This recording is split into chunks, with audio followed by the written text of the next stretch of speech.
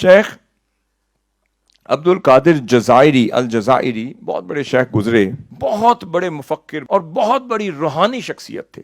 وہ فرماتے ہیں، اور ان کا ذکر کس نے کیا؟ امام یوسف بن اسماعیل النبہانی رحمۃ اللہ علیہ اپنی کتاب الجواہر البحار میں ایک چیپٹر قائم کرتے ہیں اور اس میں لکھتے ہیں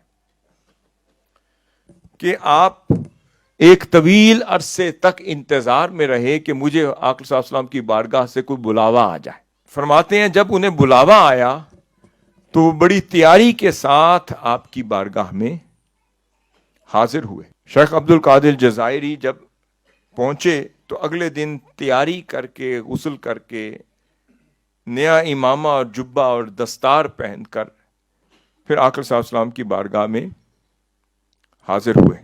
فرماتے ہیں کہ میں قدمین شریفین کی طرف سے میں داخل ہوا اور میں نے آپ کے دہلیز مبارک پر ابھی جرت نہیں کی اندر داخل ہونے کی جب تک مجھے اجازت نہیں مل گئی.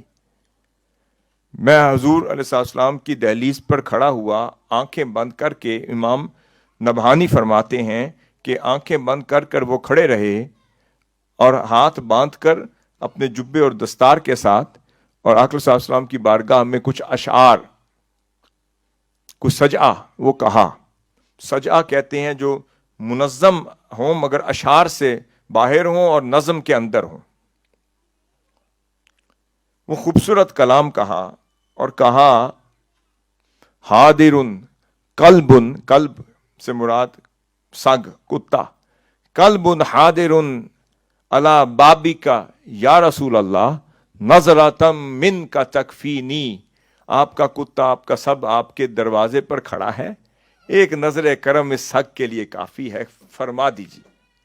اور پھر وہ پورا اشعار کا ایک تواتر تھا جو آپ پیش کرتے رہے.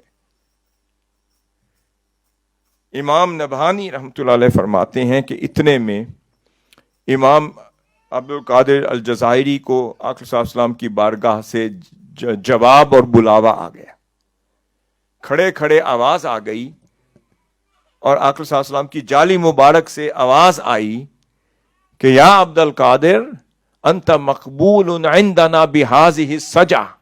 یہ جس شعر سے اور جس ادب سے اور جس خوبصورت انداز سے اب اجازت مانگ رہے ہیں یہ بھی قبول ہے اور اجازت بھی دیتے ہیں، آ جاؤ. پھر کرم فرمایا تو فرماتے ہیں کہ میں حاضر ہو گیا. حاضر ہو کر قدمین شریفین کے کونے میں، ایک کارنر میں جا کر رخ جالی مبارک نالین پاک کی طرف، قدمین شریفین کی طرف کر لیا اور پیٹھ دوسری طرف کر کے میں ہاتھ باندھ کے تہجد کا وقت تھا میں کھڑا ہو گیا اور ادب میں تصور کر کے حضور کی بارگاہ میں کھڑا رہا، صلاۃ و سلام پڑھتا رہا، سلام پیش کرتا رہا، کھڑا رہا. ماتے اچانک اسی حالت میں مجھے اونگ آئی اور آنکھ لگ گئی.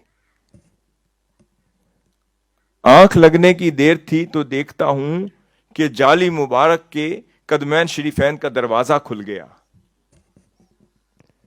اور دیکھتا ہوں کہ آقا علیہ السلام خود وہاں سے باہر تشریف لا رہے ہیں حجرہ الشریفہ سے.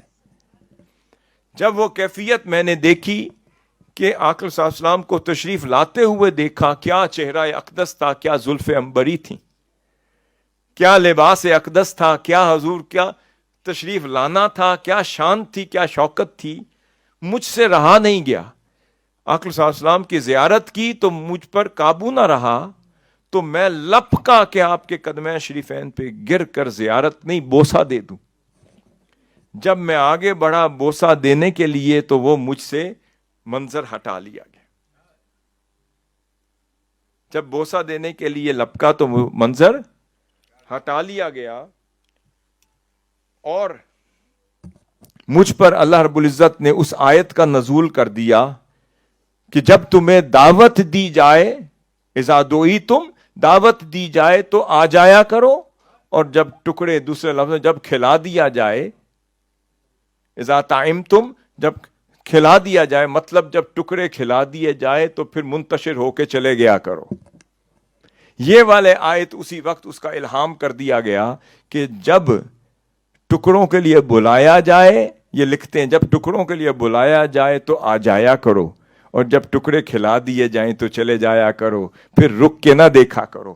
میں سمجھ گیا کہ مجھے جتنا میرا نصیب تھا آپ نے عطا کر دیا، اب فرما دیا کہ عبد القادر جو تجھے دینا تھا تجھے دے دیا، اب امت میں جا کر اسے تقسیم کر۔